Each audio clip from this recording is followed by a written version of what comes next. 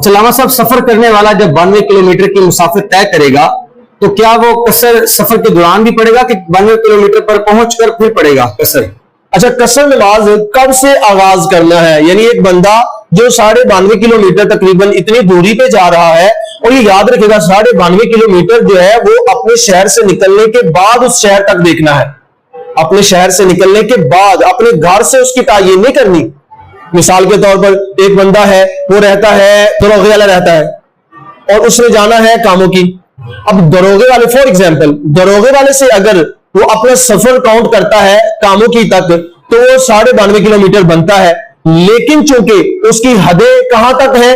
रावी, ये जब तक वो रावी क्रॉस नहीं कर लेता तब तक वो शहर के अंदर ही है।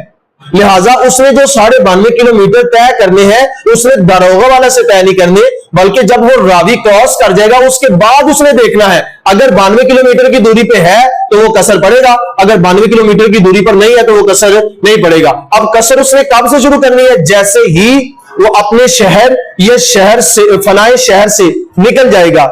बाद सूरतों में शहर और बाद सूरतों में फनाए शहर, यानी अगर फनाए शहर मुंसलिक है तो फिर फनाए शहर को क्रॉस करने के बाद कसर पड़ेगा। अगर फनाए शहर और शहर के दरमियान जमीनी राब्ता इतना ज्यादा है, मुनकते है कि 400 कदमों का फासला है, तो फिर वो शहर की आबादी को निकलने के फौरन बाद कसर नमाज शुरू कर देगा। अब लाहौर शहर वाला जब इस तरफ जाएगा कामों की तरफ, तो जैसे ही वो रावी क्रॉस करेगा, क्योंकि रावी जो है ये दरमियान में एक हद फासिल है जो शहर लाहौर को शहर शादरा से जुदा कर देती है, तो जैसे ही वो रावी क्रॉस करेगा कसर नमाज शुरू कर देगा। अब जो जो नमाज वो पढ़ता जाएगा, फॉर एग्जाम्पल यहां पर था तो जोहर की नमाज का वक्त था, अभी उसने नहीं, यहां पढ़ेगा तो पूरी पढ़ेगा। जैसे ही उसने पढ़ी नहीं है, रावी क्रॉस कर लिया है, अब वो उसी जोहर को पढ़ेगा तो कसर पड़ेगा।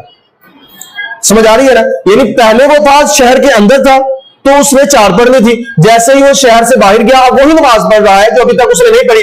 अब चूंकि कसर का इत्तलाक हो गया उस पर, मुसाफिर बन गया वो, तो लिहाजा अब वही 4 जो थी वो 4 नहीं बल्कि 2 पढ़ेगा। और जब तक वो वापस नहीं आ जाता, यानी जहां से उसने कसर शुरू की थी वहां तक वो वापस नहीं आ जाता, वो कसर ही पड़ेगा। फॉर एग्जाम्पल मगरिब के वक्त वो पहुंचा, कहां पहुंचा? मगरिब के वक्त तकरीबन वो शादरे पहुंच गया, लेकिन रावी क्रॉस नहीं किया। अगर वो शादरे में मगरिब की नमाज पढ़ेगा तो कसर पड़ेगा। ईशा लगा ले, मगरिब की तो चूंकि कसर होती नहीं है, ईशा के वक्त वो पहुंचा, ईशा के वक्त उसने वो शादरे पहुंच गया, वापस आ गया कामों की या गुजरांवाला या जहां भी उसने जाना था शरी मुसाफिर की दूरी पर, वहां से वो वापस आया और रावी से पहले पहले उसने ईशा की नमाज का वक्त हो गया। अब ईशा की पढ़ रहा है तो क्या पड़ेगा?